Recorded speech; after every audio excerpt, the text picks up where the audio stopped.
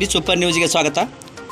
ವಿಜಯಪುರ ಪಟ್ಟಣದ ಇಂದು ಸಂಗನಬಸವನ ಶಿಶು ನಿಕೇತನ ಶಾಲೆಯಲ್ಲಿ ವಿಶ್ವ ಕಲಾ ದಿನಾಚರಣೆ ಆಚರಿಸಲಾಯಿತು.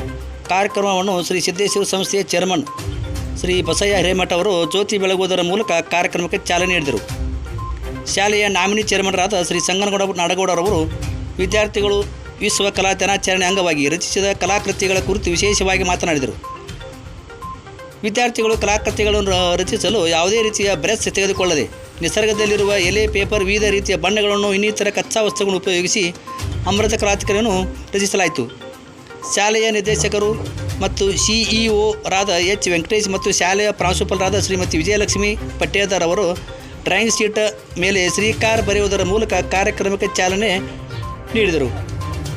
ಉಪ ಪ್ರಾಂಶುಪಾಲರಾದ ಶ್ರೀಮತಿ ಶ್ರೀದೇವಿ ಕನ್ನಾಳ್ ಮತ್ತು ಮಹೇಶ್ ಸಂಬಣ್ಣೆ ಹಾಗೂ ಚಿತ್ರಕಲಾ ಶಿಕ್ಷಕರಾದ ಶ್ರೀ ಬಸವರಾಜ್ ಹಡಪದ್, ಶಾರದಾ ತಡ್ಕಲ್, ವಿಶ್ವನಾಥ್ ಕೆಂಬಾವಿ, ಪ್ರಭು ಮುದ್ದೇಬಿಹಾಳ್, ಅಶ್ವಿನಿ ಅನಂತಪುರ ಹಾಗೂ ಮುದ್ದು ವಿದ್ಯಾರ್ಥಿಗಳು ಮತ್ತು ಶಿಕ್ಷಕರು ಮತ್ತು ಸಿಬ್ಬಂದಿ ವರ್ಗದವರು ಈ ವೇಳೆಯಲ್ಲಿ ಉಪಸ್ಥಿತರಿದ್ದರು.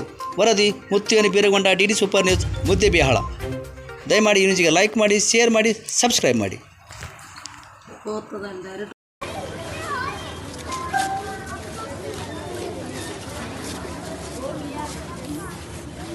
One second, it will not reach.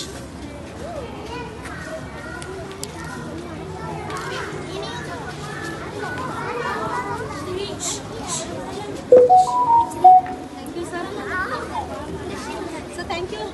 Thank you, sir.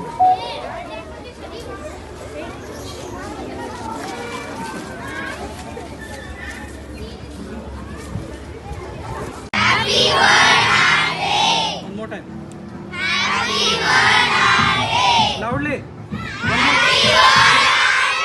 Very good, done. Go to class. One minute, I come, sir.